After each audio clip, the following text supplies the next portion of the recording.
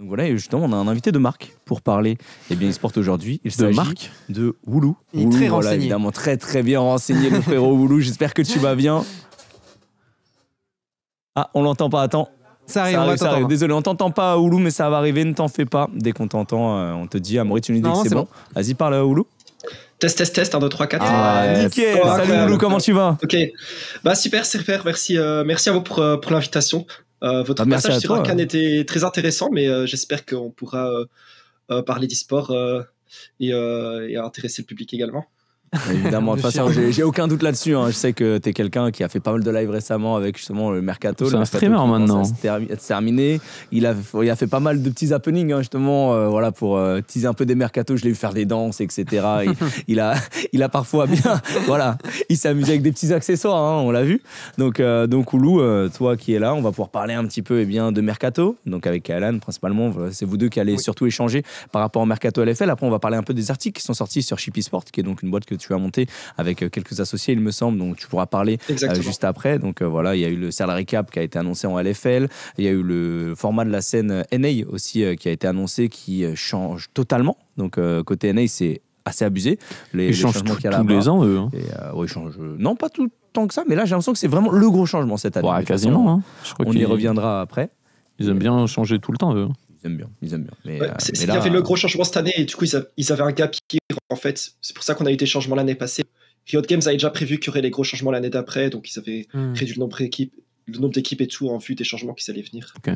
Très bien. Donc on va commencer d'abord par parler, avant de parler de ça, parce que ça va être un gros sujet, ça va être un gros dossier. On va parler d'abord du Mercato LFL. Du coup, comment ça s'est déroulé. Kailan, toi qui étais un petit peu au cœur de ce Mercato LFL, et Woulou, toi qui as pu couvrir un petit peu tout ça, est-ce qu'il y a des trucs qui peuvent être dits, sachant que genre, on sait qu'en LEC, parfois, il y a des profils un peu domino. Donc, on aime bien parler de profils domino un peu. Bah, là, cette année, j'ai l'impression que c'était plutôt Scummonde, l'effet domino avec Yike aussi, qui a été un petit peu la fin, on va dire, de ces dominos. Alors, en vrai, de vrai, moi, là, ça fait, je pense, cette année, même déjà l'année dernière, c'était un peu le cas. Cet effet domino, je trouve qu'il est en train de s'amoindrir de plus en plus, notamment parce qu'en fait, je pense, il y a quelques années de ça, les joueurs ne se projetaient pas vraiment dans leur carrière en ERL, où pour eux, c'était vraiment en mode, si t'es en LEC, c'est la vie de rêve et t'es au max, et si t'es en ERL, genre tu rames beaucoup. T'as raté, quoi. Et maintenant, genre les joueurs se projettent vraiment en se disant, ok, bah en fait, faire une année en ERL, c'est un potentiel très bon tremplin pour la LEC, surtout si t'es en LFL, et en plus de ça, c'est un moment de ta carrière qui est pas non plus horrible, tu vois, genre t'es pas dans une cave à jouer pour 500 € par mois et tout faire pour essayer d'aller en LEC, tu vois. Et donc en fait, cet effet domino, il est vachement amoindri par ça, parce que maintenant, tu as vraiment des joueurs qui sont au fait, tu vois, ils sont au clair que bon bah clairement, ils n'auront pas plus de 2% de chance d'aller en LEC. Et donc, du coup, ils vont directement commencer à parler sérieusement avec les équipes ERL et ils vont vouloir se positionner, même si tous les dominos de LEC ne sont pas encore tombés. Tu vois. Mais après, peut-être je me trompe, hein, mais il y a aussi un fait où je pense qu'il y a beaucoup de joueurs qui privilégient d'être dans une top ERL plutôt que d'être dans un bottom LEC où tu sais qu'ils vont y aller un an en LEC. Ils vont faire top 10, ça va niquer leur carrière. Alors que s'ils font un an dans une top ERL avec une fanbase, etc., et que derrière ils montent, bah, ils peuvent directement viser des top 4. Il y a quoi? Il y a 4 teams qui sont intéressantes en LEC? Ouais, c'est plus quand même. Mais c'est non, mais 4-5 quoi. C'est vrai qu'il y a vraiment le bottom 2 LEC qui est un peu très discutable, on va dire. Rogue, quoi. Voilà, notamment Rogue. Ouais, voilà. Bah, je sais pas ce que t'en penses, toi, Woulou. En vrai, c'est. Je suis d'accord avec le point de Marcus, mais en vrai, c'est quand même assez rare des joueurs qui refusent des offres LEC pour aller en ERL. Et pour être honnête, chaque mercato, j'ai des exemples, mais ce mercato-là, j'ai pas d'exemple en tête de joueurs qui ont refusé carrément la LEC pour aller en ERL. En revanche, c'est vrai que, comme Kailan le dit, il y a moins de dominos qu'avant, parce que souvent, chaque mercato, il y avait un joueur en LEC qui bloquait tout le mercato parce que toutes les équipes voulaient ce joueur et du coup les autres équipes pouvaient pas choisir de joueurs en attendant et du coup les joueurs ERL ils étaient bloqués parce que eux ils espéraient aller en LEC et je pense qu'en effet maintenant ça fait plusieurs années que les ERL se sont professionnalisés et qu'il y a beaucoup de joueurs qui voient ça comme un chemin de carrière viable. Donc il y a beaucoup de joueurs dès le début du mercato qui se sentent à l'aise déjà de se lock en ERL ou qui savent qu'ils ont peu de chances de monter en LEC parce qu'aujourd'hui il y a un pool de joueurs professionnels qui est assez énorme, alors que quand on a eu l'inception de la LFL, il y avait très peu de joueurs qui vivaient professionnellement en dehors du nouveau LEC, et la LEC, c'était un peu cet objectif ultime. Donc je pense que ça, c'est un des premiers, une des premières particularités qu'on a eu ce mercato, où il n'y a pas eu vraiment de domino de joueurs qui ont bloqué tout le mercato. Par exemple, ce qui montre, c'était un des gros dominos de ce mercato, mais c'était assez pressenti qu'il allait aller chez G2. Clairement, et puis en plus, il y a aussi une évolution, parce que du coup, nous, on connaît beaucoup le spectre ERL, mais il y a aussi une évolution flagrante, je trouve, au niveau de la LEC, qui, pareil, par le passé, était très concentrée sur le fait de surtout performer en LEC, et genre les Worlds, on verra, c'est un bonus. Et là, j'ai l'impression, notamment avec les antécédents qu'ont créé G2, que maintenant, ça se joue beaucoup plus sur l'objectif, c'est de créer une équipe qui va performer au World, et presque, en fait, au final, la LEC est secondaire. Et ça, pareil, je suis super curieux de savoir ce que tu en penses. Oui, tout à fait. Et je pense que c'est quelque chose qu'on peut observer beaucoup ce mercato. Et je pense que le roster de Heretics, qui fait parler beaucoup de monde, est malgré tout un très bon exemple de ça. Parce que Heretics, ils sont partis de la logique, ok, on pourrait prendre ces joueurs qui ont déjà de l'expérience LEC, qui sont pas trop chers, mais probablement on fera rien d'historique, tu vois. Alors que tu peux faire un pari d'investir sur tes joueurs jeunes qui ont une bonne mentalité, qui fit bien à la culture que tu veux créer dans ton équipe, pour peut-être avoir un pourcentage de chance de créer quelque chose de bien, mais dans le futur éloigné. Et c'est quelque chose qu'on voit de plus en plus dans les équipes. Mais je pense que c'est en partie une question d'ambition, mais aussi une conséquence de l'état économique aussi de l'e-sport, parce que vu qu'il y a beaucoup de salaires qui sont à la baisse, les rookies deviennent plus intéressants également. Mais en effet, Kylian, je suis d'accord avec ton point. Je sais par exemple que la semaine dernière et la semaine d'avant, il y a beaucoup de coachs et de staff d'équipe LEC qui se sont regroupés pour essayer d'augmenter par exemple le nombre de scrims en Europe, et de changer cette méthode de scrim en Europe, justement parce qu'ils ont envie, et perso j'en suis ravi, que l'Europe puisse briller de nouveau à l'international, quoi. Ouais, parce que c'est vrai que là, ça fait un petit moment maintenant que l'Europe, depuis le Prime G2, ça n'arrive pas à l'international. Et cette année, ça aurait pu. Avec G2, malheureusement, défaite contre BLG dans un BO très disputé. Ils ont eu des rounds suisses difficiles. Et surtout des rounds suisses ils ont joué contre finalistes, demi-finalistes. Ils ont des rounds suisses très compliqués, et je pense que G2 aurait pu faire quelque chose, encore une fois, cette année. Mais sauf que malheureusement, ce n'est pas le cas, et on retient que le résultat final. Ce qui fait que ils n'ont pas top 8, ils ont fait top 9, et ils ont perdu, quoi. Tout simplement. Donc on aimerait bien voir l'Europe briller. Toi, ton côté, Oulou, on va parler Europe avant de parler LFL, etc. C'est quoi un peu les équipes cette année que tu vois un petit peu briller en LEC, à part le classique G2, évidemment? C'est quoi les petites équipes qui, selon toi, pourraient justement tirer leur épingle du jeu? Pour être honnête, je trouve pas qu'il y ait d'équipe qui ressort du lot. Ce mercato d'équipes qui pourrait vraiment stand out par rapport aux autres. Parce que, oui, je voudrais bien te dire G2, mais même G2, tu vois, je pense qu'ils ont pris des nouveaux joueurs. Je pense qu'ils auront besoin d'un petit temps d'adaptation, ou peut-être d'autres équipes pour les contester. Mais je pense que la plupart des gens seraient d'accord pour dire que les équipes qui ressortent, au moins sur le court terme, en force de ce mercato, c'est sans doute Fnatic, et puis je dirais BDS, Koi et KC sont plus ou moins assez ex-aequo à ce niveau-là.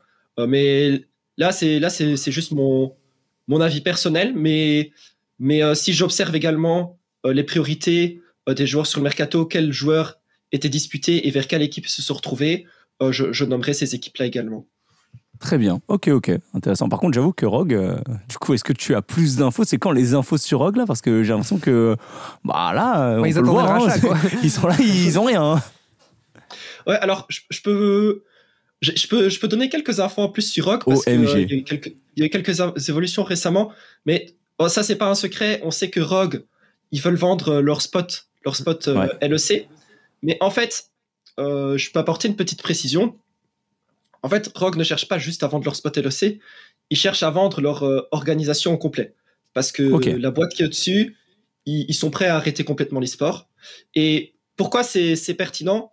C'est parce qu'en fait, KC, l'année passée, ils ont racheté le spot d'Astralis. C'est-à-dire qu'ils ont créé, Astralis ont créé une entité pour le spot LEC que la KC est en train de racheter. Alors que pour Rogue, c'est un cas très différent car c'est l'organisation qui serait rachetée et non le spot en LEC. Et qu'est-ce que ça veut dire? C'est si tu rachètes Rogue, en fait, tu peux reprendre les contrats des joueurs avec, tu peux reprendre le staff, tu peux reprendre la gaming house. En fait, tu peux reprendre tout ce qui appartient à l'organisation. Et donc, c'est pour ça qu'ils ont déjà lock Larson comme joueur parce que Rogue vende leur spot ou non, son contrat sera repris. Et Ok. voilà, mais à l'heure d'aujourd'hui, il n'y a toujours pas de deal finalisé. On ne sait toujours pas si Rogue vont vendre leur spot ou non. Je sais que c'est encore en discussion, que les deux scénarios sont possibles. Et il se pourrait que Rogue signe bientôt quelques joueurs en plus, mais ça ne veut pas dire que le deal est finalisé. Ça veut juste dire que les joueurs sont prêts à venir avec le budget que propose Rogue et que si Rogue vendent leur spot, ils continueront avec la nouvelle organisation. Ok. Sauf que là, ça a beaucoup avancé, là. Même les équipes LFL. Il y a qui là? Ils vont se retrouver avec Wax, non? En tant que joueur, là, actuellement, bon, bah écoute, ils ont peut-être manqué ça. Wax ton bot, ouais. Ils ont un peu loupé le coche sur le mercato, que ça risque d'être compliqué de faire un bon mercato aujourd'hui, tu vois. Ouais, c'est vrai qu'il reste pas grand monde et forcément, il va être obligé de prendre des joueurs coréens parce que en Corée, le mercato, c'est un peu plus tardif, mais même là, en LCK, on est sur la fin, donc c'est pas facile. Et donc, ce sera soit des joueurs coréens, soit des joueurs qui, en fait, soit vont chez Rogue, soit prennent un split-off. Chaque mercato, on voit des joueurs, parfois des bons joueurs. On connaît les fameuses blagues sur la team McDo. Parfois, il y a des bons joueurs qui ne trouvent pas d'équipe et qui attendent le spring pour rejoindre une équipe. Rogue pourrait potentiellement récupérer ces joueurs-là. Et tu sais, ça vaut combien un peu Rogue comme organisation? Parce que nous, il n'y a que le slow. On a racheté la regarde là, c'est validé. Voilà, regarde là, c'est j'ai vu. Donc c'est bon. C'est vrai qu'il y a par exemple là, en tant que joueur FA qui est fort, il y a genre Adam qui est disponible. Il y a genre justement j'ai vu Genji qui reprendrait potentiellement Ruler. Donc du coup Pace qui serait FA, je trouve ça aberrant en réalité. Parce que il fait quand même s'il fait pas une énorme oui, il y a des joueurs quand même. Un énorme split après tout, ça reste quand même un joueur très jeune qui a quand même pas mal déjà prouvé avec Genji qui est extrêmement fort. Donc voilà, il y a pas mal de joueurs FA qui pourraient être intéressés. Après, est-ce qu'un joueur comme Pace pourrait être intéressé par l'Europe?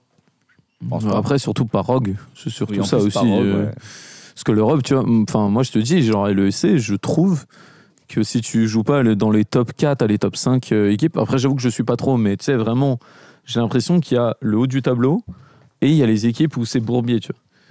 Où tu peux niquer ta carrière, tu peux te prendre en otage, tu peux finir en prison, tu vois, etc. Et je trouve que, moi je sais que je serais un joueur, je préfère être dans une top équipe ERL, tu vois, genre typiquement, je sais pas, aller chez la Carmine où tu sais qu'il va y avoir hype, tu sais que ça va jouer, tu joues en LFL, donc il va y avoir du niveau, plutôt que d'aller dans une équipe comme Rogue où après, déjà, c'est bourbier, tu vois. Encore plus avec du coup LVP et LFL qui ont ce fair play financier. Maintenant, tu as quand même un gap de salaire entre LEC et LFL. Ce qui était, en vrai, déjà un peu le cas avant même le fair play financier. Juste, avait vraiment des top budgets LFL qui pouvaient surpasser des budgets LEC. Maintenant, il y a nécessairement il y a un gap. Il y a nécessairement un gap entre les deux. Ouais, mais tu préfères jouer... tu préfères gagner beaucoup, mais peut-être que ta carrière, elle soit truc où tu vas monter progressivement. Après, tu sais jamais. En gros, je veux dire, si tu as une différence de salaire qui est notable, c'est pas parce que t'es dans un projet bourbier LEC que ça va forcément être bourbier, tu vois. Ça se trouve, il va se passer une dinguerie et genre t'es milieu de tableau et t'es très content, tu vois. Donc bon, c'est des paris qui sont pas évidents à faire. Et donc du coup, moi j'étais curieux de savoir un petit peu, on commençait à parler de Rogue, genre l'entité Rogue, ça représente quoi? Ça vaut combien, tu vois? Ça vaut quelque part aux alentours, j'ai pas envie de dire de... Dis une grosse fourchette. À peu près. Ok. C'est entre les 15 et 25 millions environ. Okay. Parce ils sont présents sur quel jeu, Rogue, hormis LoL? Ils avaient des équipes sur Rocket League, sur d'autres jeux qu'ils ont drop complètement. Et aujourd'hui, ils ont que le spot LEC en fait. Et ils avaient aussi l'équipe des Carolina Royal Ravens sur la Call of Duty League. Là, ça sort de mon expertise, donc je connais pas trop. Mais, les bons investissements. Mais en tout cas, ça se voit depuis un an qu'ils dropent complètement l'e-sport parce qu'ils ont vraiment laissé tomber certaines équipes comme ça. Et c'est leur asset qui vaut le plus, c'est vraiment ce spot LEC, quoi. Et l'équipe qui reprend Rogue, en fait, ils payent ça pour le spot LEC. Il n'y a que ça qui a de la valeur, quoi. Exactement. Et du côté de BDS, ça se passe comment? Parce que d'un point de vue extérieur, BDS, ça donne un peu les mêmes vibes que Rogue. Tu vois, genre, t'as l'impression que toutes les semaines, t'apprends une nouvelle news de BDS qui réduit par 15 son budget dans parce qu'ils arrêtent Rocket League, ils arrêtent la scène féminine. Donc League of Legends, leur roster LFL, il est très, très short budget. Donc LEC, je sais pas. LEC, je crois que ça va. Mais sinon, c'est vrai que côté BDS, j'ai l'impression qu'ils sont un petit peu dans ce mood en mode ils investissent de moins en moins. Bah après, BDS, enfin, l'e-sport de base, c'est à perte. Oui. Je pense qu'un projet comme BDS, c'est ultra à perte. C'est très, très à perte. Et quand tu vois que leur CEO part en vrille et... Il a un peu pété un peu. Ouais, il a pété. Ouais, c'est même pas, il a un peu... Il a vraiment vrillé. Ouais, mais moi, ma question, enfin, je sais pas si tu as des infos et tout, mais je me dis, BDS, c'est un peu comme tu sais, le PSG avec le Qatar, tu vois. C'est un gars, il se dit, vas-y, c'est mon kiff, je veux faire du soft power, je mets de la thune et tout. Mais si le gars, il se barre, celui qui a de la thune, il se barre, il n'y a plus rien. Pour moi, le projet n'existe plus. Après, c'est son projet, donc il arrête. S'il arrête oui, mais du coup, si le gars n'est plus à sa tête, parce que j'ai vu des tweets un peu de la structure en mode... Il est sorti du board d'administration. Je pense que... Il ne prend plus de décision, mais frère, oui, mais c'est encore sa boîte. Hein, en fait, s'il ne met pas la thune, il y a plus pour moi, il y a plus de BDS n'existe plus, tu vois. Oui, c'est sûr. Et du coup, je sais pas si tu as des infos un peu là-dessus, je sais pas ce que tu en penses déjà de base et tout. Alors, c'est un peu une question trappe là en mode. Ouais, là c'est une question trappe. Tu le fous un peu des embourbés. T'as pas envie de répondre, t'es pas obligé, t'inquiète, Moulou. T'as le droit à un joker, tu peux l'utiliser là. Non, mais je peux répondre avec plaisir, mais je me dois de préciser quand je donne mon avis ou que je spécule, parce que vu que j'ai beaucoup d'infos, parfois les gens prennent à la lettre ce que je dis. Et là, dans ce cas-là, sur BDS spécifiquement, j'ai pas d'infos qu'ils vont quitter l'e-sport ou sur la situation avec Pat, j'ai pas plus d'infos que vous. En revanche, oui, à mon avis, il continue de fournir des fonds pour BDS. Comme dit Sakor, c'est juste qu'il est plus dans le board décisionnel. Mais en effet, c'est BDS ont drop leur équipe Rocket League, ils ont drop leur équipe féminine. On peut voir qu'il y a une réduction de budget sur le roster LFL parce que ils ont quand même gagné les EMEA Masters et je pense qu'on est tous d'accord pour dire que le roster actuel c'est pas le même niveau. Sans vouloir viser qui que ce soit ou quoi. Donc, il y a quand même des signes qui sont très similaires à ce qu'on a vu à Rogue avant, à ce qu'on a vu avec d'autres équipes avant, Astralis avant qu'ils partent. Ils payaient des salaires minimums, on sentait qu'il y avait moins d'ambition. Beaucoup de Schalke aussi avant ça, avant de quitter la LEC, il y avait beaucoup de réduction dans les investissements quelconques dans l'e-sport. Fais gaffe au chien, fais gaffe. Pardon ? Non, pardon, il y a un chien qui mange une saucisse là. Attends, mais bouge-le. Ok. Ça, j'espère qu'il mange bien.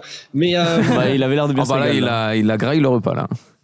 Ok, nickel. Mais ouais, c'est pour l'instant, on voit un peu la même trend que d'autres équipes qui ont quitté l'e-sport ou la LEC avant ça. Après, c'est possible que ce soit juste une stratégie économique qui veulent réduire leur budget et qui sont toujours ambitieux par rapport à l'e-sport parce que en effet BDS sont certainement à perte, donc c'est peut-être juste une stratégie économique et qui a aucune envie de quitter complètement l'e-sport derrière, mais j'ai pas la réponse à ça pour très l'instant. bien. Ok, donc voilà, là on a pas mal parlé de la LEC, la ligue fermée, Narcus, que tu affectionnes tant. Non, c'est un modèle économique parfait, où tu vois, tous les ans il y a des équipes qui vendent.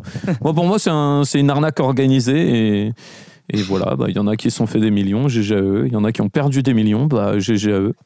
Et voilà. Beaucoup qui sont fait des millions. Ouais, je pense que Rio Games, c'est un peu. Oui, Riot, c'est les seuls.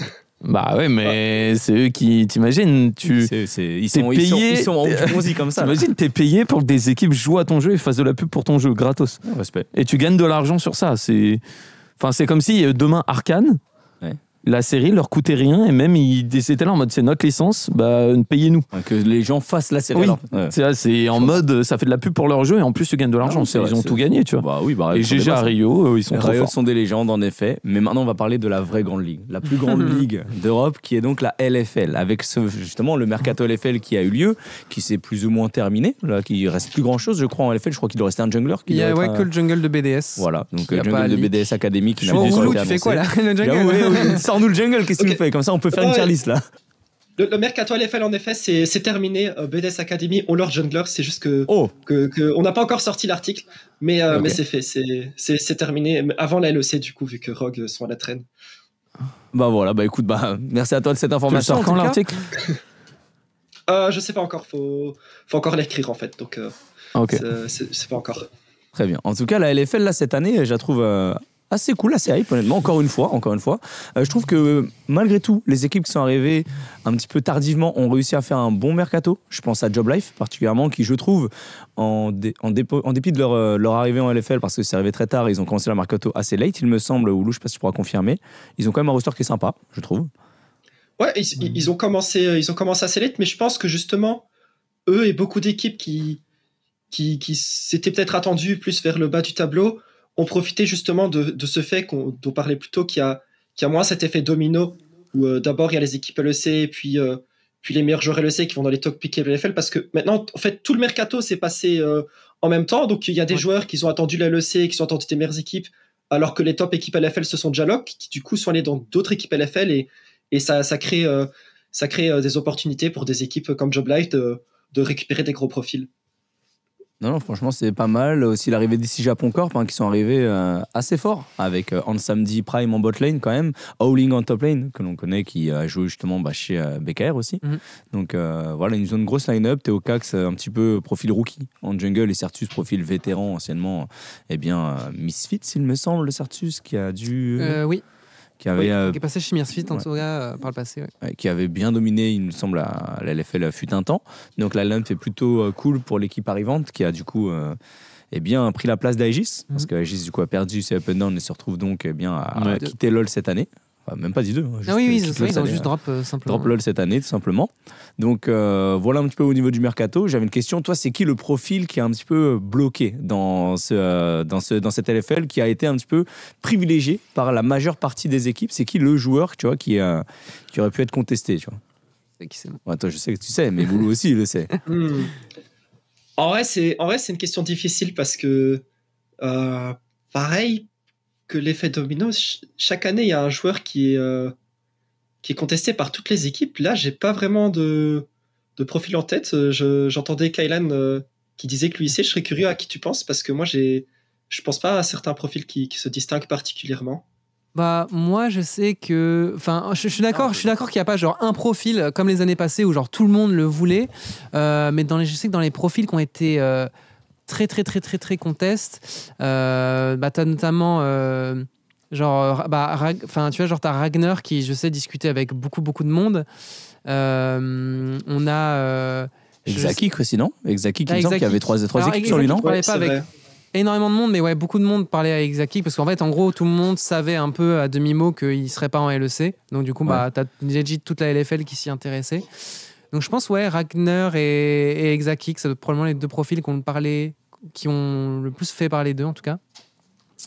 Et sinon, après, c'est vrai que c'était assez mitigé. En fait, t'avais souvent des triangulaires, en fait. T'avais genre un joueur qui était intéressé par 3 clubs, et t'avais beaucoup de triangles comme ça partout, en fait. Ouais, c'est ça. Comme par exemple DK ou Tech7 que vous avez eu, vous le savez sans doute, il y avait d'autres équipes dessus, et c'était pareil pour d'autres profils d'autres équipes, mais souvent c'était des triangulaires. Il n'y avait pas vraiment de joueurs que toutes les équipes convoitaient. Il y avait notamment Camilou qui a eu de l'intérêt de 8 équipes LFL différentes, mais qui au final est en LEC, donc je peux peut-être pas l'inclure dans la discussion. Mais Camilou, c'est dingue. Hein. Ouais. Camilou, c'est dingue la propulsion qu'il a eu, parce que c'est la première fois, je crois, qu'on voit un joueur qui fait Div 2 LEC. Je crois pas qu'on ait déjà eu ce cas-là avant. Non. Ouais, c'est historique, c'est la première fois. Ouais, c'est ça, c'est bien la première fois. Donc voilà, pour le jeune joueur français Camilou, qui était du coup chez Easy Dream, et qui apparemment sur les tryouts LEC LFL était monstrueux. Donc voilà, on le souhaite évidemment en tout bonheur. Du coup, c'est chez Team Heretics, il me semble. Donc voilà, en tout cas, pour la LFL, on a un mercato qui est quand même assez chaud. Tu verrais qui se distingue un petit peu là-dedans, toi? Je te pose la même question que pour la LEC, évidemment. Tu as le droit de ne pas dire Solari, ne t'en fais pas. Tu ne seras pas kick du vocal, t'inquiète. Mais après, ça risque de bugger ton micro, si tu fais pas ça. Non, mais en vrai, je pense Solari est clairement dans le haut du tableau. Mais pareil, je dirais, vu comment le mercato s'est déroulé, où il y avait pas une chronologie vraiment définie, et qu'il y avait aussi ce salary cap, j'imagine on en parlera après, il y a beaucoup plus j'arrive jamais à dire ce mot. Enfin, toutes les équipes sont beaucoup plus even, et je trouve encore plus qu'en LEC. Donc, j'ai pas pareil. J'aime bien choisir une équipe. Peut-être si je devais en choisir une, je dirais Vitality B parce qu'avec VTO, c'est quand même, ça peut quand même être très très fort, je crois. Mais je dirais qu'il y a quand même plusieurs équipes et je trouve ça cool pour la compétition qui peuvent contester en fait ce top 1. Et je mettrais Vitality B dedans, je mettrais Bekarok, je mettrais Solari, je mettrais Karmine Corblue, Team Go aussi qu'ils ont eu beaucoup de joueurs qui s'étaient très convoités. Donc voilà, j'ai pas vraiment. Si je dois en choisir un, peut-être Vitality B. Ok, ça s'entend. C'est vrai que VTO qui arrive en LFL, la dernière fois qu'il était en LFL, il a gagné les IMIA quand même. Donc, bon, c'est un crack VTO. C'est quand même un sacré crack qui a été repéré par Narcus chez la Lunari Academy. Après, il s'est repéré tout seul. Mais c'est vrai que son Yasuo, je me souviens. Il m'a choqué. Je me souviens encore de son DM en mode s'il te plaît, j'ai bientôt 17 ans et tout. Prends-moi. Au try-out et tout. Ouais, non, légende VTO. En plus, c'est un bon, donc on lui souhaite évidemment lui aussi tout le bonheur et on espère qu'il perfera, sauf contre nous. En parlant de ça, on peut peut-être tease un peu que ça va peut-être revenir. Oui, en effet. Mais du coup, alors.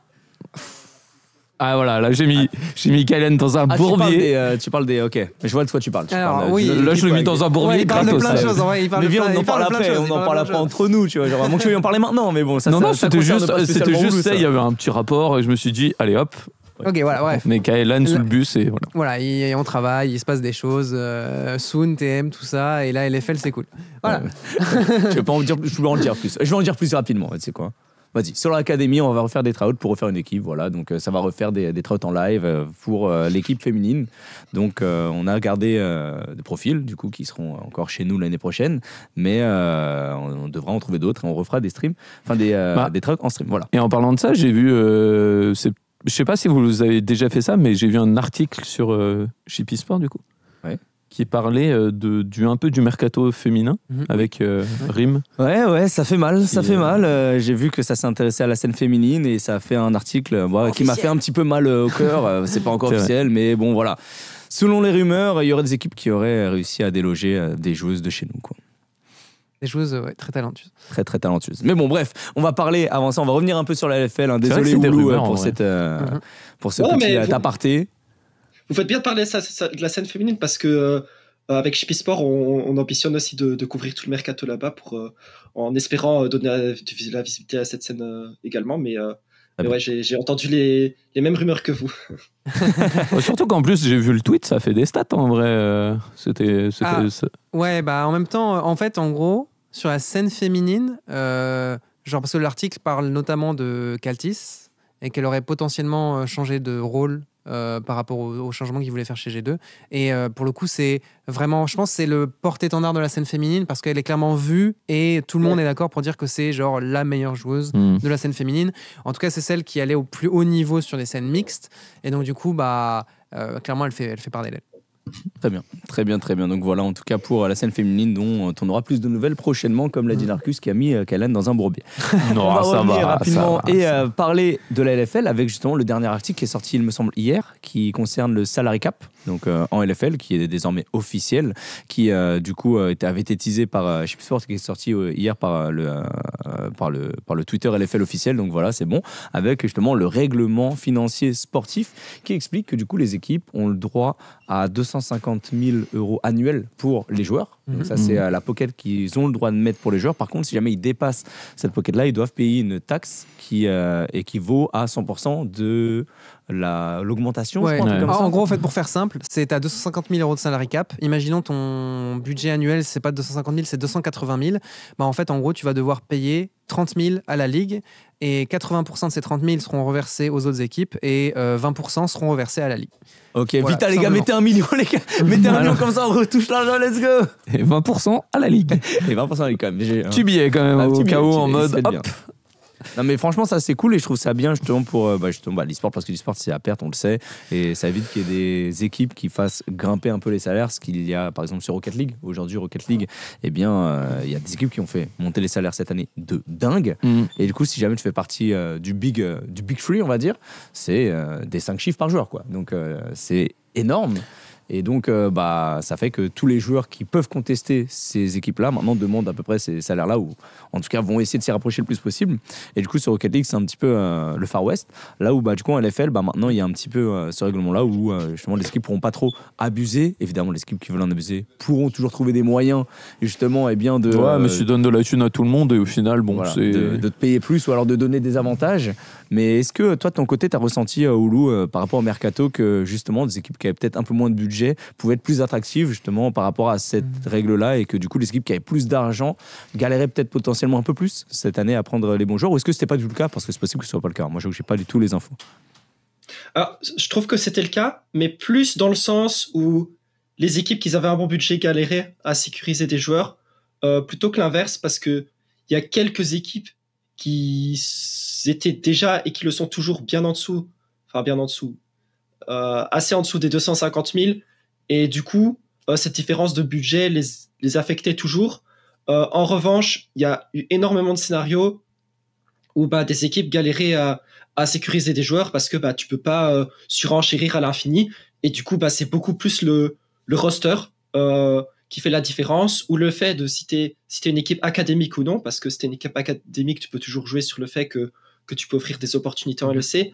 Donc, ce genre de facteur entrait beaucoup plus en compte que le salaire qui clairement, sur les autres mercatos, jouait énormément quand un joueur avait plusieurs choix. Donc, ça, c'était vraiment quelque chose de très unique et très intéressant à observer, ce mercato.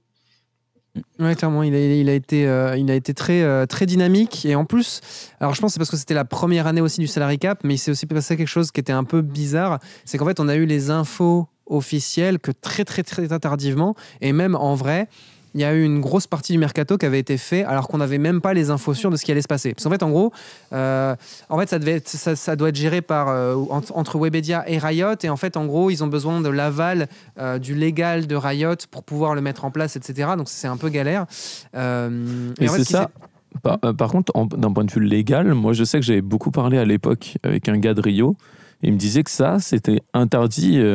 Bon, t'inquiète, si ça a été mis en place, c'est que. Oui, je pense que c'est truc, mais je sais pas par quel moyen et tout. Je sais pas non plus. Mais en il gros, me semble que t'as pas le droit de te mettre en accord avec des concurrents pour fixer les prix, tu vois. Surtout qu'en fait, ça dépend des pays, tu vois. Genre, la législation en France n'est pas la même qu'en Allemagne, etc. Et c'est là que c'est pour ça que c'est un petit peu plus galère.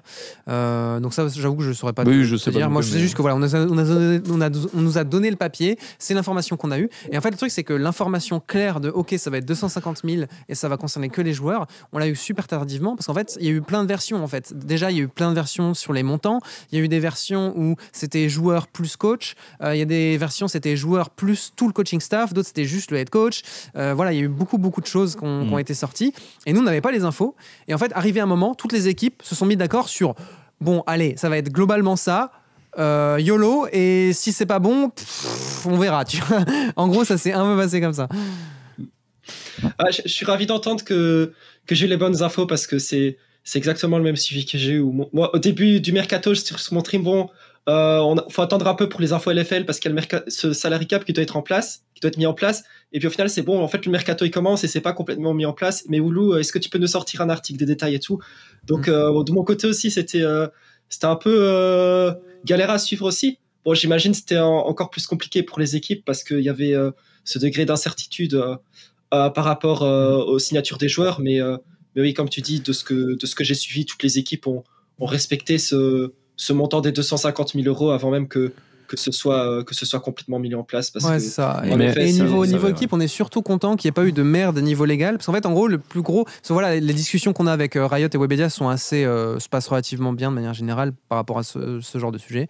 Et en fait, la seule merde qui aurait pu arriver, c'est que tout le monde voyait à peu près une pocket de 250 000 sur les joueurs. Mais je veux dire, s'ils avaient eu une merde au côté légal, et le côté légal avait dit en fait 250K c'est juste pas possible, faut que ce soit genre 180 000. Alors je te jure que le mercato il aurait été super bizarre, parce que du coup t'as, je pense, même les 3/4 des équipes qui étaient en mode juste il y a plus de thunes possible, donc soit on doit rompre les verbal agreements, soit on doit bricoler un truc super, genre ça aurait pu être très bizarre, mais ça va, ça c'est bien. Moi j'ai une question con, mais qui va vérifier ça, les salaires? Enfin, comment tu vérifies? Est-ce qu'ils peuvent vérifier? Oui, mais est-ce que du coup la ligue va en mode montrez-moi vos salaires et tout? Ah bah ça c'est déjà le cas. Ça c'est en gros en début d'année on envoie déjà, en fait en gros il y a plein de formes qu'on a envoyées à l'organisation et qui du coup est également envoyée à Riot. Et donc dedans en fait tu as la nature de ton contrat, les conditions, les salaires. Ah ok. Ils ont vraiment toutes les infos. Ok. Totalement. Sachant qu'il n'y a pas les trucs en nature quoi. Bah alors c'est ça qui est un peu complexe. Parce que du coup tu vois imagine un M8 c'est ça qui est en mode bon. T'as une voiture, t'as une Alpine. Oui, non, mais t'as une petite. Ça faudra voir en fait dans la pratique comment c'est réalisé. Ouais. Tu vois, les gens qui suivent, les gens qui suivent un peu le sport à travers le monde, notamment, tu vois, enfin moi je suis un grand fan de baseball et de MLB, et notamment il y a eu l'affaire Shohei Ohtani. Je sais pas si t'en as entendu parler, mais en gros c'est le GOAT du baseball. Et genre en gros c'est plus qu'une légende, c'est le Cristiano Ronaldo au Japon, tu vois, littéralement. Et pareil, ils ont un salary cap en MLB. Et en fait, ce qu'ils ont fait, c'est l'équipe de Los Angeles, les Dodgers, qui ont fait un truc où en fait ils ont une équipe, c'est genre insane, genre c'est vraiment t'as 20 Cristiano Ronaldo dans l'équipe, tu vois. Ok, oui, c'est pas légal quoi. Et en fait pour contourner ça, en fait c'est que la plupart des joueurs qui sont overpaid chez eux sont notamment overpaid via du sponsoring, où en fait c'est pas Los Angeles Dodgers qui paye le joueur, c'est un contrat avec une certaine marque où il est payé des milliards. Ah ouais. C'est comme un peu le Paris Saint-Germain ou le Qatar où il y a des compagnies qatariennes qui sponsorisent le PSG, mais non, c'est juste un sponsor. C'est un sponsor. Évidemment. Et donc voilà, donc ça, faut voir un peu comment ça sera géré à terme. Après, je pense que, en tout cas, pour l'écosystème de la LFL, je suis pas trop inquiet sur le fait que ça se passerait bien, parce que je pense que la totalité des clubs sont pour l'instant relativement d'accord sur le fait que ça va dans le bon sens et qu'on est tous d'accord sur le fait que c'est bon pour la scène et qu'on va continuer là-dessus. Totalement. Après, à voir combien de temps ça va durer. Ça, on verra bien, ça on verra bien, mais en tout cas, c'est clair que c'est plutôt une bonne chose pour le moment, et on verra s'il y aura des abus plus tard. En tout cas, très bel article qui a été fait aussi. Vous l'aviez déjà annoncé avant, il me semble, sur Chip, comme quoi il allait y avoir un salary cap, mais c'était pas encore officiel. Donc là, c'est officialisé. Autre news, on va rebondir très rapidement sur une autre équipe aussi, une autre ligue, qui est donc la NLC, avec une équipe de streamers qui est arrivée. Je sais pas si tu as vu ça passer. The Beau et ouais. The Beau. Bah c'est The Beau, non? Oui, The Beau. Le Beau, t'inquiète. Mais voilà, il y a une petite équipe qui est arrivée, qui est donc Los Ratones, l'équipe de Kaedrel, qui a monté son équipe en NLC et qui va essayer de participer aux IMEA avec son roster. Bien ça. J'avoue que l'équipe, je sais pas trop quoi en penser. Je t'avouerais que Chronicle, je pensais fort. Nemesis, je pense ça va. Velja, je connais pas, en jungle. Et The Boss, bon, c'est l'équipe. Je pense que The Boss, c'est un peu compliqué en compétitif. Je pense pas, mais. Par contre, l'équipe, c'est hype, quoi. Ah, c'est hype. C'est genre, parce que Kaedrel, c'est pas n'importe qui. C'est le plus gros streamer League of Legends monde aujourd'hui, je pense. Moi, je pense que ce genre de projet peut être de la même envergure que la KC, tu vois. Oui. Là, c'est le début. Après, il faut gagner, si ça tient. Et je pense que cette équipe ne gagne pas, tu vois. Oh, mais tu vois, si ça tient dans le temps et qu'ils gagnent et qu'ils arrivent à un peu hype et tout, il y a moyen que ce soit, tu sais, dans 2-3 ans. Ce sera très hype, mais je pense que le projet en soi. Il y a peut-être un monde où c'est eux qui rachètent, regarde. Peut-être, mais bon, je pense pas. Mais en tout cas, je pense que ce roster, il est très cool et très stylé à regarder et tout, parce que voilà, il y a la hype, etc. Mais je pense qu'il se retrouve en NIME, il se fait tarter. Hein. Je pense. Après, ça dépend. Ce n'est que mon avis. Mais demandons à une personne neutre. Woulou, qu'est-ce que t'en penses, toi? Du roster ou du projet en général? Les deux. Les deux. Ok. Moi, je pense que c'est excellent pour la scène qu'on ait plus d'équipes d'influenceurs comme ça qui arrivent. Comme la KC en fait, avec des personnes derrière. Mais en fait, c'est un projet qui est poussé encore plus loin que la KC, parce que KC, ils ont popularisé beaucoup. On sait très bien que c'est Solari les premiers à avoir fait les équipes d'influenceurs, mais KC sont ceux tu peux le redire juste, j'ai pas entendu, ça a coupé, il y avait un bug sur le micro. Tu pourras regarder le replay. Ah ok, merci. à 5 heures. Dommage. Mais bon, KC, ils ont pas mal popularisé, d'après moi, à l'international, cette notion de co-stream dont Kaedrel lui-même a profité. Mais là, Kaedrel pousse le truc encore plus loin, où les joueurs auront le droit de stream leur POV durant les games officiels. Et c'est une nouvelle règle autorisée par Riot Games grâce justement à cette équipe. Donc peut-être que voilà, on verra si ça marche ou pas. Après, mais si ça marche, ça pourrait avoir un nouveau précédent sur les ERL. Après, c'était autorisé à notre époque aussi, parce qu'on avait les POV en LAN et tout avant la LFL, etc. En LAN, oui, mais pas en LFL. Mais oui. Oui, ça. Pas en Ligue officielle. Enfin, pas en Ligue Après, en officielle. LFL Il y a pas de aussi. Ligue officielle. Si, je crois qu'au tout début, Non, je crois pas. on l'a LFL, je jamais crois fait, pas. mais je crois qu'on aurait pu. Hein. Il me semble au tout début de la LFL, Ouais, c'est possible. on aurait pu. Je dis que oui, donc. c'est Oui, possible, il ouais. me semble que Wax il castait et tout, et qu'on avait le droit de caster notre propre PEV. Et par confort, on s'est dit non, on préfère cast. Mais il me semble qu'au tout début de la LFL, genre, il me semble que c'était la PEV des joueurs et tout. Ouais, non, c'est possible. C'est possible. C'est Non, possible, c'est c'est possible. En tout cas, C'était voilà. la je trouve préhistoire. que- Mais oui, je suis d'accord avec toi que là, Bonne ça chose. remet un. Parce que c'est vrai que la K-Corp, au final, c'était Kameto qui était l'influenceur et qui castait son équipe. Bah là, c'est KLRL, l'influenceur. Ouais, mais là, c'est Cadrel, mais il n'y a pas que Cadrel. Il y a Oui. The Bo- Enfin, là, tu Bah, regardes leur équipe. oui, l'équipe est full hype, hein. C'est Bah, il y a que des Reckless, streamers qui font The beaucoup, Boss, beaucoup de vues. Nemesis, oui, les trois sont Enfin, très hype. Crowny, c'est quand même. Reckless Il y a qui met sa Reckless aussi, POV. quand même. Hein. Ouais, Reckless qui met sa POV, je peux te dire que ça va faire des Ah, vues. ok, et, oui. et en termes Ah, d'image et de. Il est champion du monde. Hein. Ils ont quand même réussi à récupérer un champion du monde. C'est quand même fou. C'est vrai, Respect à eux. c'est vrai, c'est vrai. Champion du monde en titre. Mais non, c'est big. Et bah, moi, je pense que ce genre de projet, clairement, je suis comme ce que disait Woulou. Je pense que c'est très bien pour la scène et surtout que ça ramène de la hype et de surtout ouf. en ERL ou De s'ils ouf. arrivent à se qualifier. Après, je pense que dans la ligue où ils vont être, ils vont se qualifier en IMIA. Mais après, ça va Ah. être l'étape IMIA qui va être plus dure. Ah, pour il y moi. a en NLC, t'as toujours une ou deux équipes où. Ah, mais ils ont combien ça de joue, slow hein. Ils ont peut-être 3 ou slow, Deux non ou trois, max. 2 ou 3, donc ça va. Enfin, Oui, il y a Tu vois. la place. Après, les slots en IMIA pour la France, ça va changer aussi. Hein. Ah ouais Ce sera plus 6. Hein. Bah, le truc, c'est que oui, pour l'instant, on n'a toujours aucune info. Bah, déjà, en fait, on n'a même pas d'info officielle sur le format des circuits LFL, NLC, etc. Encore moins sur les formats IMIA. Mais oui, oui, pour l'instant, ouais, mais même nous, on n'a pas de visibilité sur encore le. Enfin, on a une idée de ce que va être le calendrier, mais on n'a pas encore d'indication officielle sur ce que sera le calendrier. Toi, est-ce que Woulou, tu as des choses que tu peux leak, des bruits de couloir, des choses comme ça? Bah, demain, on aura plus d'infos à ce sujet, je peux Ok. vous dire, mais avec ce que vous dites aussi, est-ce que vous avez vu la news de Rudy eSport aussi qui font un roster similaire avec Los Ratones parce que Ah ouais je pense que ils seront possiblement contestés dans leur ligue. En tout cas, Ah ouais je sais pas si vous avez suivi, mais du coup il y a une deuxième équipe de joueurs assez connus qui se construit en LC avec Perks en top lane, avec Jean Cos en jungle, avec What Leader en mid lane, avec Jack Spectra en ADC. Ok, d'accord. Oui. trop marrant. Donc, ouais, Ah oui. c'est une deuxième équipe qui est en train de se créer justement parce que Kaedrel arrive en NLC. C'est un truc tout nouveau, c'est pas encore complètement finalisé. Il y aura aussi. Ils sont en train de discuter avec Yamato Cannon et I Will Dominate en influenceur pour se lier au projet. Donc, on peut déjà voir l'influence que ça a avec l'équipe de Kaedrel qui est déjà annoncée. Je vois qu'il y a beaucoup de personnes surprises dans le chat, mais il y a déjà l'article qui est sorti sur Shippy Sport. Il y a un deuxième gros roster qui est en construction en LC, Ouais. et je pense que ça peut beaucoup faire exploser en tout cas leur ligue, et j'espère aussi les MMA Masters. Ah bah écoute, c'est grave, Ça, c'est bien, franchement, trop bien. En tout cas, voilà, c'était un petit peu le petit point sur la NLC. On va maintenant parler un petit peu de la scène NA. Je sais que vous avez sorti un énorme truc hier, j'ai pas tout compris, donc je sais pas si tu pourras faire un petit débrief de tout ça, parce qu'il y a énormément de changements sur la scène nord-américaine pour l'année à venir. Après, on parlera un peu, Narcus, toi, de ton sujet qui te tient à cœur, qui va être le format de l'e-sport payant, là où Lourd a peut-être un peu moins à dire, mais on va parler avant ça. Et bien, le format NA que tu as sorti du coup sur Cheap Esport, et tu peux nous en dire plus. Ouais, bien sûr. Donc, le format NA, il y a énormément de changements parce que là, à l'écran, ce que vous montrez, c'est les changements pour le tier 2 NA. Ouais.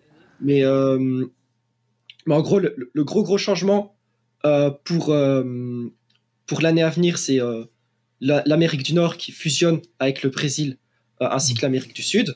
C'est ouf, ça. Et qu'ils auront une ligue avec une partie au nord et une partie au sud, donc qui joueront chacun indépendamment et puis qui se croiseront en playoffs.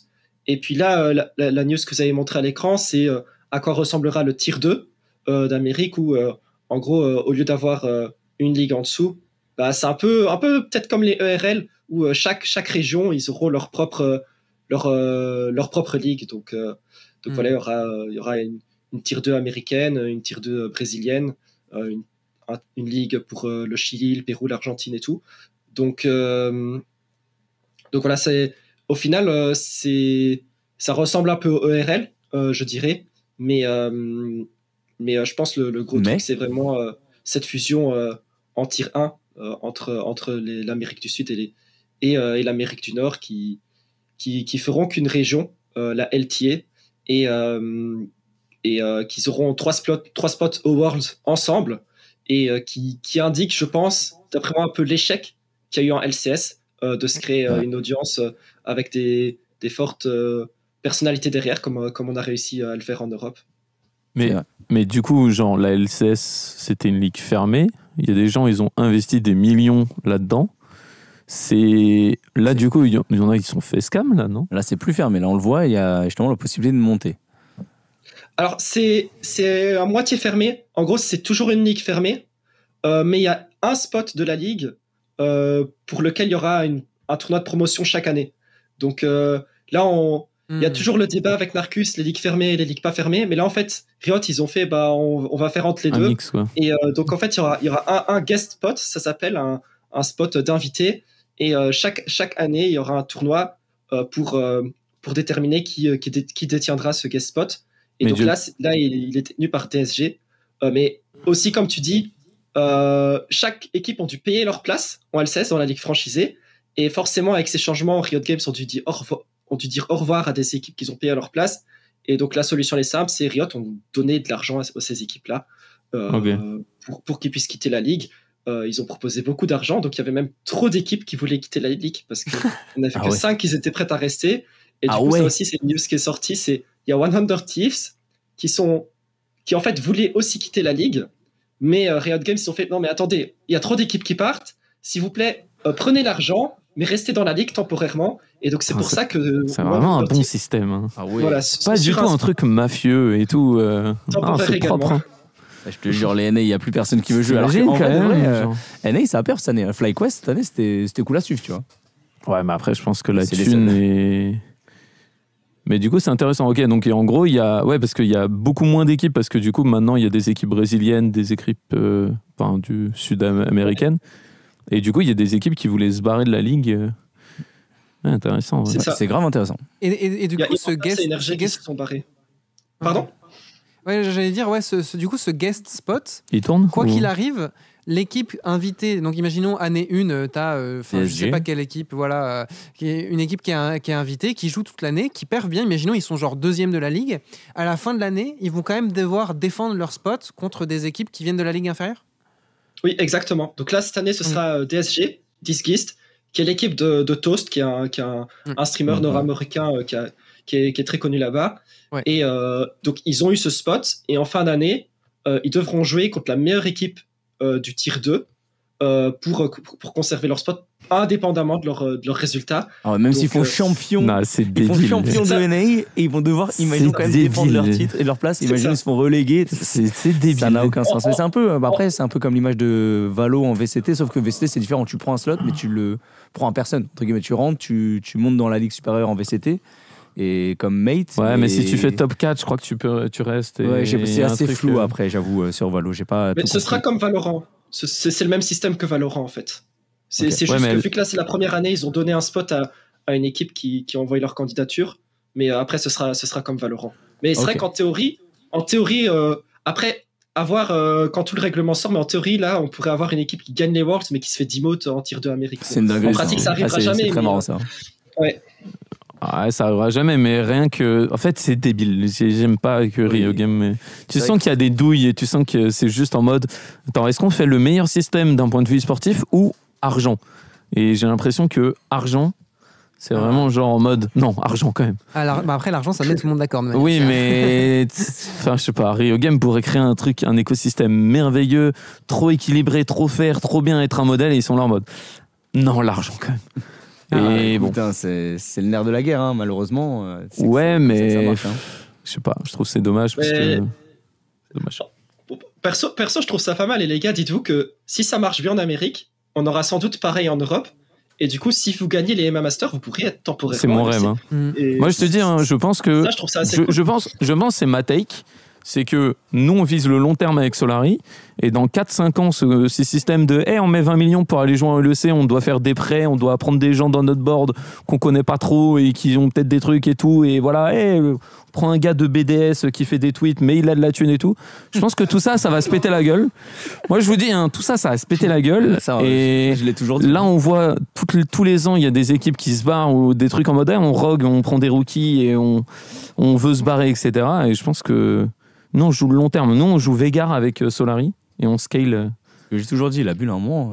Ouais, et nous, on sera là. On sera en LEC. On espère qu'on sera là un jour, enfin toujours, mais oui. On joue intelligemment. En fait, on fait avec nos moyens. Tu vois, c'est ça le plus important. Est-ce que c'est pour ça qu'avec Solari, vous faites pas de levée de fonds et tout ça pour arriver en LEC? Genre, vous pensez vraiment que c'est la meilleure stratégie sur le long terme?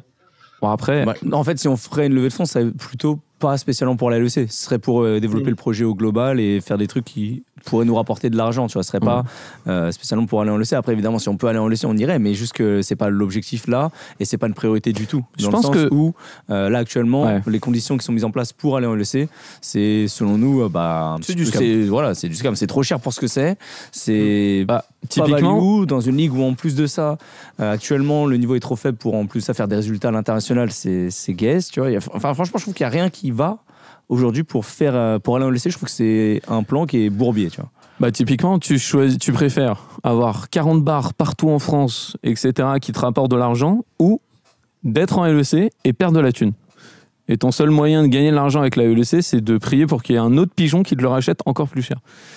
Je pense qu'il n'y a pas de débat. Par contre, si demain, on nous dit, si tu gagnes les EMIA, tu peux être en LEC et tu peux gagner les Worlds, c'est lourd. Je pense que là, c'est plus du tout le même e-sport et c'est plus le même débat, ouais. Et après maintenant il y a le fair play financier donc. En fait aussi il y a un truc à garder en compte avec la LEC qui est, je pense, très tricky en termes d'investissement, c'est qu'en fait tu achètes un produit qui genre t'appartient sans vraiment t'appartenir, parce qu'en fait la réalité c'est que t'es vraiment pieds et poings liés aux bonnes décisions de Riot en fait. Et genre je veux dire demain avec toutes les équipes LEC, je veux dire, on l'a vu en NA. Ouais, tu l'as vu en NA. Après, NA, ils ont essayé de sauver le truc, tu vois. Mais genre, juste, Riot prend une mauvaise décision, ça va plomber la ligue.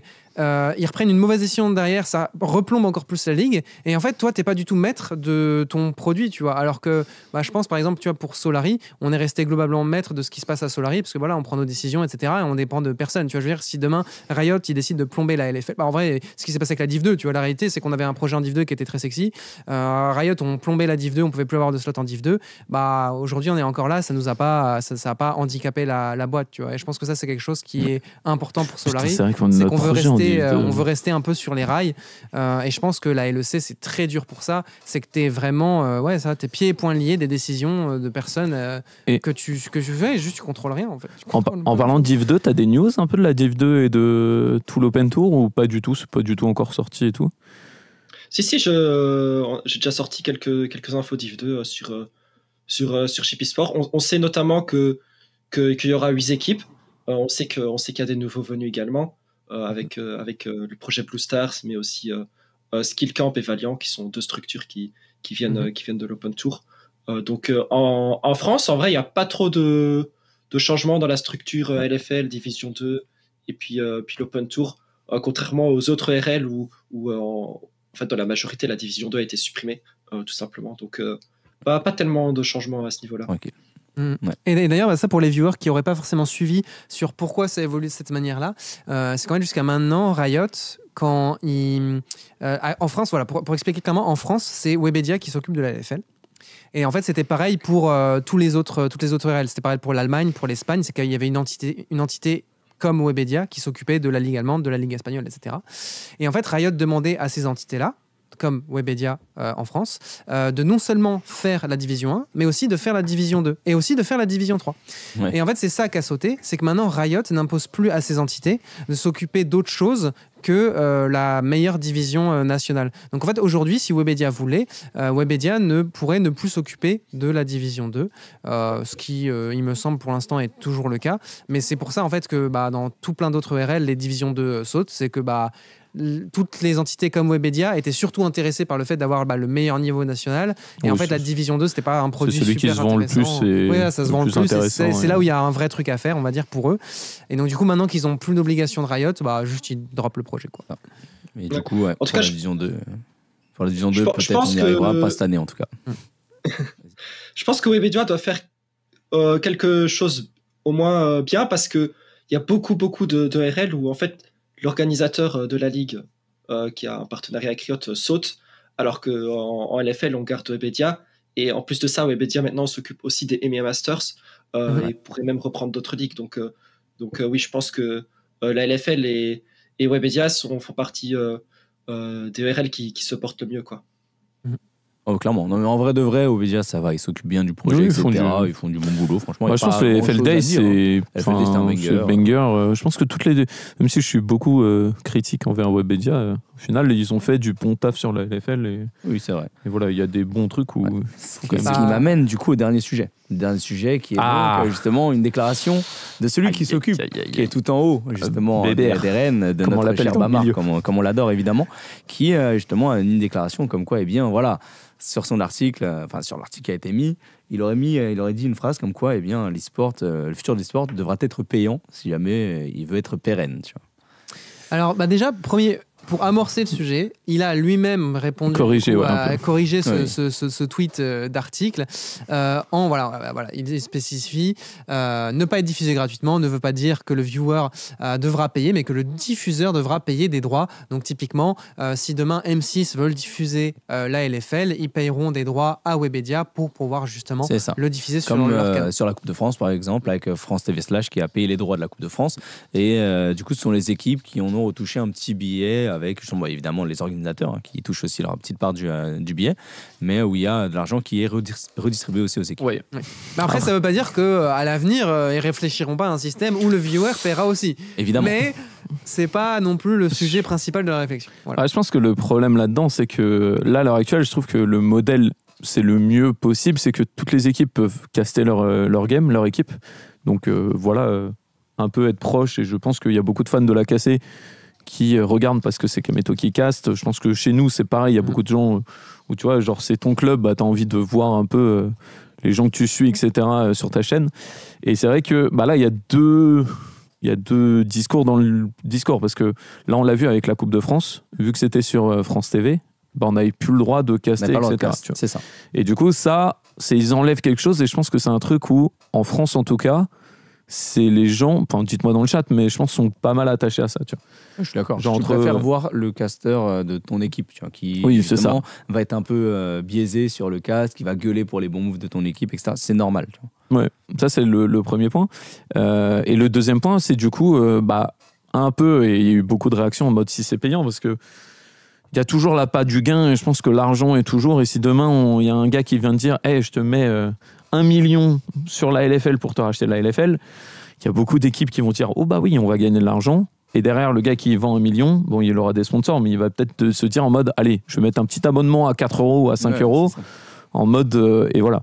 Après, ça va profiter surtout aux équipes qui, elles, n'ont pas spécialement développé ce côté co-stream. Genre, par exemple, tu vois, des GO, des Gamers, etc., ils n'ont pas spécialement de chaînes qui diffusent leurs matchs ou c'est pas spécialement développé, et du coup elles, si jamais elles touchent de l'argent parce que le diffuseur c'est France TV par exemple, ils seront très contents, tu vois. Là où nous par exemple, ou Carmine ou même Mate, tu vois, ça serait plus dérangeant parce que on a eu l'habitude de casse depuis très longtemps et les viewers sont habitués à ça, tu vois. Après c'est encore plus tricky parce que même nous, tu vois, si demain on nous dit on vous file 100 000 € et vous castez pas mais on vous file 100 000 €, tu vois, il y a ce côté. Moi, ce que je pense et je me mets, c'est à la place des gens, tu vois. Parce qu'au final, si on est là et si l'écosystème marche, c'est qu'en France, il y a beaucoup de personnes qui regardent. Et parce que c'est gratuit, c'est accessible facilement. Il y a plein de streamers, etc., qui castent. Et je pense que avant l'argent, c'est ça le nerf de la guerre. Tu vois, genre, il y a beaucoup de jeux où ils marchent parce qu'il y a des gens qui regardent. Et si le foot, c'est le sport le plus connu, il y a des sponsors, c'est qu'à la base, il y a beaucoup de personnes qui regardent. C'est ça. Et ce côté un peu de dire, on va se faire absolument beaucoup d'argent sur ça, je pense que ça peut vite dégoûter des gens. Et je pense que c'est très, très dangereux, entre guillemets. Tu vois, l'appât du gain est big, mais c'est dangereux, surtout sur le long terme. Parce qu'au début, tu peux te dire, oh, ça passe. Et après, on va te dire, allez, c'est un petit abonnement à 2 €. Allez, en fait, c'est 5 €, etc. Ouais. Et je pense qu'une fois que tu as mis le pied dedans, c'est un peu comme les ligues fermées. Une fois que tu as mis les pieds dedans, c'est dur de revenir en arrière. Et je pense que c'est pas forcément bon pour la ligue et pour l'histoire. Je suis étonné qu'on ait autant à se battre sur le sujet notamment des co-streams, parce que pour le coup, on a des trucs équivalents à ce qui peut être les co-streams dans l'e-sport, dans le sport traditionnel, qui existe depuis super longtemps. Et je reprends par exemple mon exemple de baseball, parce que je trouve qu'ils font plein de choses très très bien. Mais en MLB, en gros, tous les matchs, voilà, c'est un sport physique, donc tu dois te déplacer dans un stade. Et en fait, en gros, tu as des co-stream à chaque fois que ton équipe joue à domicile. Parce que forcément, quand, imaginons, t'es fan des Los Angeles Dodgers, tu vas dans ton stade et genre le commentary dans le stade, c'est genre un commentary super neutre, etc. Ça te fout les morts, tu vois.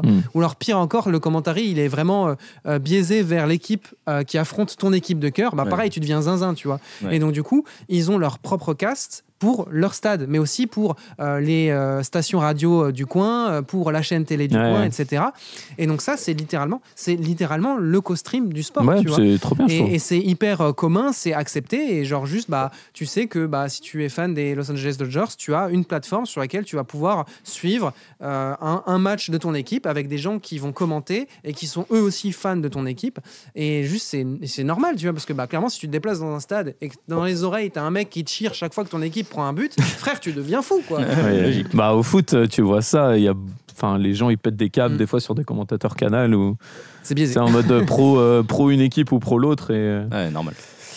Mais ouais, du coup, c'est pour ça que je voulais ton avis un peu, Narcus. Je savais que moi, je sais que c'est mon avis. Après, j'ai pas la vérité absolue, mais voilà. T'en penses quoi, toi, de ça, de l'arrivée payant et tout, ou en tout cas est-ce un que tu peu paierais de pour regarder le diffusion. sport déjà? C'est ça la question. Est-ce que tu paierais genre un abonnement si jamais tu pouvais avoir justement la possibilité de regarder l'e-sport, ou est-ce que toi, si jamais tu devais lâcher genre imaginons 5 €, c'est un mode impossible, tu vois?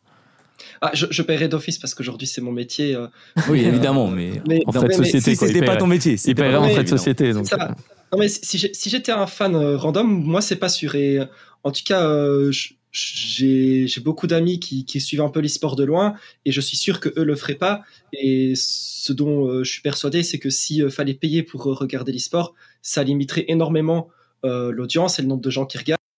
D'accord. Et convaincu de faire ça sur un secteur que je considère encore en croissance. Pour moi, on est encore au tout début de l'e-sport. Ça veut pas dire que toutes les années les chiffres de la LFL décollent, mais je trouve que l'e-sport dans son ensemble, on est encore au tout début et c'est encore un secteur en croissance.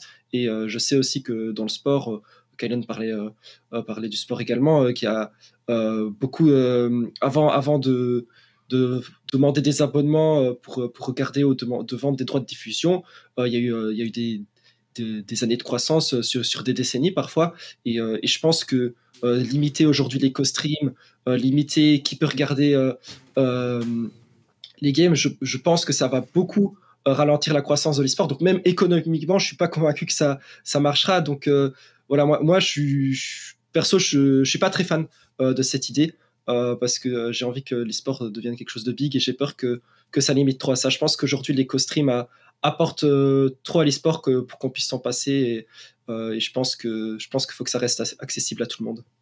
On est d'accord en tout cas. Eh bien, merci à toi d'être venu, parce que c'est vrai que je t'avais dit 13h30, 14h, il est 15h bientôt, je suis désolé, on a un petit peu débordé, enfin pas qu'un petit peu, mais on a bien débordé, mais en tout cas c'était grave cool de t'avoir, c'était très intéressant, très passionnant, et du coup voilà, je me demandais, toi, c'est quoi la suite là, c'est quoi les prochains trucs, parce que là le mercato commence à se terminer, tu vas bosser sur quoi là, tu vas faire un suivi un petit peu de la ligue, c'est quoi la suite de Woulou / Chip Esport? Ouais, maintenant, depuis plus d'1 an, il y a Chip Esport, qui est un média qui fonctionne toute l'année. Donc, on fait pas que du mercato, on fait des interviews, on fait du suivi d'actu. Personnellement, en tant que Woulou, je veux aussi travailler. J'en ai déjà parlé sur mon stream, mais sur les salaires. Je prévois de parler plus des salaires dans l'e-sport, et je vais travailler sur une publication à ce sujet. Donc, j'ai beaucoup, j'ai beaucoup de prévus, et puis j'espère aussi développer plus les streams de mon côté. Également, et en tout cas je te comprends bien quand tu dis que dépasse le temps facilement, parce que moi aussi des fois je me dis tiens, je vais lancer un stream d'1 heure, et puis au final ça dure 4 heures. C'est classique, donc, ça qui est bien avec ça, et tant mieux, ça veut dire qu'on kiffe le moment, et c'est ça le plus important. Clairement. Bah écoute, en tout cas, on a hâte de voir la suite de ton côté. Merci à toi d'être venu, hein. C'était très cool, et on se retrouve bientôt. Moi, il y a un truc que je kiffais, et j'espère que tu vas refaire. C'est un peu les enquêtes sur. J'ai peur de dire, mais je crois que c'est Chip Esport, ouais. Enfin, c'est pas toi qui le fais, mais c'est un autre gars. C'était. Comment il s'appelle? C'est Dimé, non? Je sais pas. J'avoue que les noms. Je crois mais que tu c'est sais, un lui, peu sur les enquêtes, un peu sur comment ça marche un club. sur un fonctionnement d'un club. Les études financières. Les par études exemple. financières et tout, Je crois que j'ai c'est trouvé Jimmy qui faisait ça grave intéressant. Ouais, c'était et très, très bien. c'est sur Shipisport, ouais. Ouais, Et tout ça à fait, nid un peu sur certains clubs. Enfin, moi, ça m'intéresse. On en avait sorti une notamment sur Solari qui montrait que vous étiez plutôt dans les équipes qui s'en sortent le mieux économiquement. Donc peut-être vous avez bien fait de faire les choix safe, mais oui, c'est tout à fait prévu qu'on continue ce genre d'article. On a aussi plein d'autres trucs de prévus, mais j'aimerais ajouter aussi que Shipisport, c'est nous-mêmes, on est au tout début du projet et sur les prochaines années, on prévoit beaucoup plus de développer ce côté-là. En tout cas, on a un gros projet sur la finance qui devrait aussi sortir en fin d'année. Trop bien. Peut-être Trop bien. Les salaires, ça va être comme les footballeurs. Hein. Ouais, lui, il est payé tant, regarde. Et moi, il y a un point aussi que je sais pas, hein, c'est parce que je sais que ça m'intéressait. Là, il y a eu un big drama sur la cassée, etc. Il y a quoi? Il y a un mois. C'était des revues de presse, là. Ouais. Et ça a été fait par un journaliste, etc. dans un média. Est-ce que ça, c'est un truc qui peut potentiellement être vous dans le futur, ou c'est trop touchy, ou c'est trop risqué, ou c'est pas ce qui t'intéresse? Ouais, c'est ça. Tu as un peu des enquêtes à la Élise Lucet, parce que je pense que l'e-sport on a besoin, et je pense qu'il y a beaucoup de trucs qui peuvent sortir du bon, tu vois, pas chercher le drama, mais Quand il voilà. Faire une enquête sur toi, Narcus, c'était fini, toi. Bon, oui, j'aurais rien à cacher. Narcus, la seule chose à dire, Anne Calvici. Voilà. Moi, je suis là en mode Anne Calvici, des fois, parle trop vite et réfléchit peut-être pas assez à ce qu'il dit, mais enfin, ne sait pas s'exprimer, ça, je suis d'accord. Surtout, ouais. Mais est-ce que du coup, c'est un truc qui t'intéresse ou qui peut être un axe ou pas du tout? Parce que je pense que c'est. Enfin, on a vu le buzz que ça a fait et. Enfin, c'était big, quoi. Ouais, je suis d'accord avec toi que ce genre d'investigation est ultra importante. Après, le buzz que ça a fait était très big, mais ça, c'est pas forcément une bonne chose parce que je pense que vous l'avez peut-être vu aussi, mais quand l'article est sorti, les réactions d'abord étaient très très négatives, et je pense que les journalistes qui ont sorti ça ont eu de la chance que Kameto s'est pas prononcé contre. Je pense que dans ce cas-là, le public a compris qu'il y avait au moins une partie de vrai dans l'histoire, et voilà. Je pense que dans l'e-sport, l'e-sport n'est pas prêt. Il n'est pas encore trop habitué à ça. Après, si moi je veux le faire, c'est pas prévu à court terme. Moi, j'ai d'autres priorités avant ça, surtout quand ça touche au légal. C'est pas trop mon domaine d'expertise. Et puis, Shipisport, c'est vraiment un nouveau média que orienté e-sport. On n'a pas des gros avocats et tout qui nous conseillent derrière. Et comme une grande voire revue, même pas du tout, non, enfin. Non, pas du tout. Alors, on peut le voir. C'est le bluff en mode on n'a pas des gros avocats. Non, il n'y a pas d'avocats du tout. C'est juste. Ils sont là. Ouais, c'est juste. Ils écrivent des articles et c'est cool, quoi. C'est déjà normal. Non, on n'a pas la capacité de prendre le même degré de risque parce qu'on a vu Prime, je pense pas qu'il gagnera, tu vois, mais entre temps, ça. Ouais, attaquer, c'est chiant. Ça prend du temps, voilà, Prime, il a quand même dit qu'il ira il attaque en justice revue, c'est ça. Donc, oui, tu arrives dans un bourbier et c'est un bourbier, quoi. Tu sais que tu risques de prendre des coups pour pas grand chose et voilà, quoi. Mais ouais, ok. Et puis, même économiquement, en fait, c'est pas intéressant à faire parce que c'est des articles qui demandent en fait des mois de préparation. Clairement. Et je pense qu'aujourd'hui, faut plus s'attendre à voir ce genre d'investigations qui sont très importantes, et en vrai, j'aimerais bien en sortir aussi, mais je pense qu'il faut plus s'attendre à voir ça de médias qui sont en dehors de l'e-sport et qui ont déjà un modèle économique, un côté légal, qu'ils ont en fait énormément de personnel derrière qui peuvent en fait toucher à l'e-sport en bonus parce qu'ils ont en fait cette solidité derrière qui permet de le faire. Mais je pense que faire ça purement dans l'e-sport, c'est pas forcément une bonne idée aujourd'hui. Et oui, c'est trop tôt et peut-être dans le futur, mais ouais. C'est ça. Et puis peut-être qu'il n'y a même pas assez d'histoires en fait à sortir. Et puis il faut les trouver aussi. Donc c'est pas si évident que ça. T'inquiète. Je pense qu'il y en a beaucoup d'histoires. Tu peux venir parler, on peut parler. Je pense qu'il y a beaucoup d'histoires, mais. Si vous avez des histoires, que ce soit vous le chat, n'hésitez pas à me DM. Hein. Je considérerais toujours n'importe quoi. Mais après moi, tu vois là, si on parle de détournement de fonds, je pense que c'est intéressant. Si on parle de Narcus et Kameto, ils se sont battus. Après le LFLD en se jetant de pétanque l'un sur l'autre, ça c'est moins intéressant, tu vois. Donc on faut voir aussi intéressant. Ça ferait des clics, mais non, mais je parlais surtout des points de vue. Moi, c'est ça qui m'intéresse, c'est comment ça marche derrière, et des fois, il y a des gens qui mettent des douilles, etc., et de sortir des articles comme tu vois, Mediapart peuvent le faire, ou etc. Et c'est grave. Enfin, moi, je trouve que c'est grave intéressant et ça va assainir aussi l'e-sport, tu vois. Mais oui, je peux comprendre que c'est pas ta priorité. Tu rentres dans un bourbier qui c'est un peu dangereux en plus. Ouais, c'est en plus derrière, du coup, tu te mets à dos certaines personnes, donc ouais.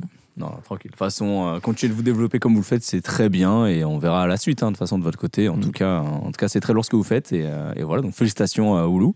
Et de toute façon, là, on arrive un petit peu au terme de cette émission, donc on va te remercier d'être passé.